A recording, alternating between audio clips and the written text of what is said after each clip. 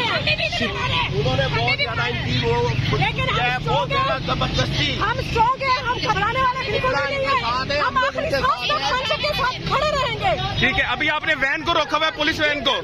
हम किसी भी पुलिस को यहाँ खड़ा नहीं होने देंगे विदाउट एनी वारंट।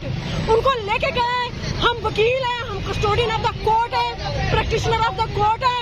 हमारे वकील साहब को विदाउट एनी वारंट पकड़ा गया, जो कि इलीगल है। खुली बदमाशी की है। हम लोग उनको गाड़ी तक छोड़ने आए थे, लेकिन यहाँ से पुलिस वाले की दम उन पे 15-20 पुलिस वाले पुल पड़े हैं और उन्होंने घेरा डालकर हमने बड़ी कोशिश की उनको छुड़वाएं, लेकिन जरा उन्होंने इतना इत्तला है कि उनको कहाँ पर लेकर गए? किसकी इसका आइडिया नहीं है। इस तरफ से गए हम, ये तो अभी हमें नहीं पता कि किस तरफ लेके गए। मतलब उनको अगवा कर लिया गया।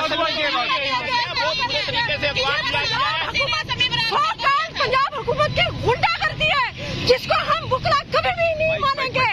इंशाल्लाह ये बेगैरती है पंजाब हुकूमत की, केयर टेकर हुकूमत की। हम आखिरी सांस तक इमरान खान के साथ हैं। आप पे हाथ उठाया गया है? बिल्कुल, हम सब पे हाथ उठाया गया है।